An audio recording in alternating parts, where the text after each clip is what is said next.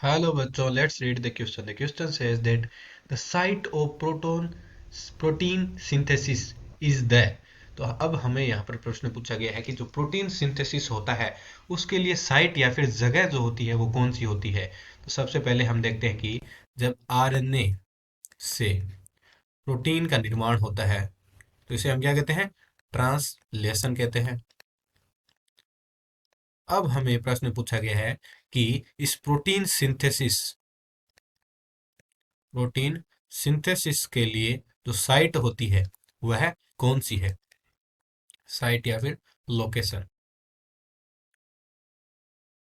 इसके लिए हमें चार ऑप्शन दे रखे हैं। पहला ऑप्शन हमें दे रखा है क्लोरोप्लास्ट, बी दे रखा है राइबोसोम, सी दे रखा है पाइरिनोइड, डी दे रखा है माइटोकॉन्ड्रिया। तो हम कहते हैं कि जहां पर प्रोटीन सिंथेसिस होती है उस वो साइट होती है राइबोसोम्स।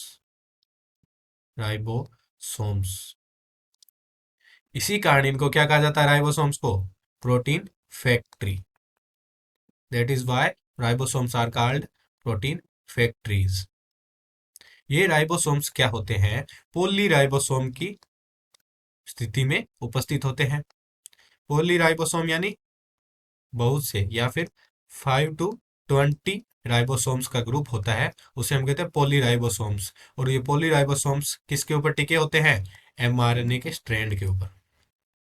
एमआरएनए के स्ट्रैंड के ऊपर टिके होते हैं जहां पर जो है प्रोटीन सिंथेसिस या प्रोटीन का निर्माण किया जाता है। तो हम कह सकते हैं कि प्रोटीन सिंथेसिस की जो साइट होती है वो होती है राइबोसोम्स। तो हमारा बी ऑप्शन जो है वो बिल्कुल करेक्ट ऑप्शन है। ए ऑप्शन दे रखा है क्लोरोप्लास्ट। क्लोरोप्लास्ट क्या होता है, फोटोसिंथेसिस में काम आता है, फोटोसिंथेसिस में। सी दे रखा है पाइरिनोइड। पाइरिनोइड क्या होता है, एक नॉन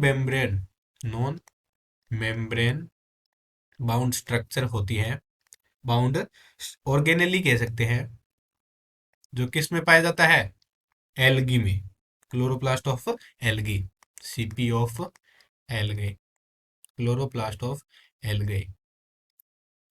डी हमें दे रखा है माइटोकॉन्ड्रिया। तो माइटोकॉन्ड्रिया भी प्रोटीन सिंथेसिस के लिए साइट नहीं होती, बल्कि ये किसके लिए होती है, रेस्पिरेशन में, रेस्पिरेशन की विभिन्न प्रक्रियाओं के लिए जो एंजाइम्स होते हैं या साइकिल्स होते हैं उनके लिए मुख्य साइट होता है।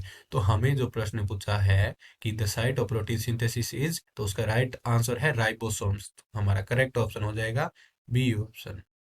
B option is the right option for the question. Hope you understand it well. All the best.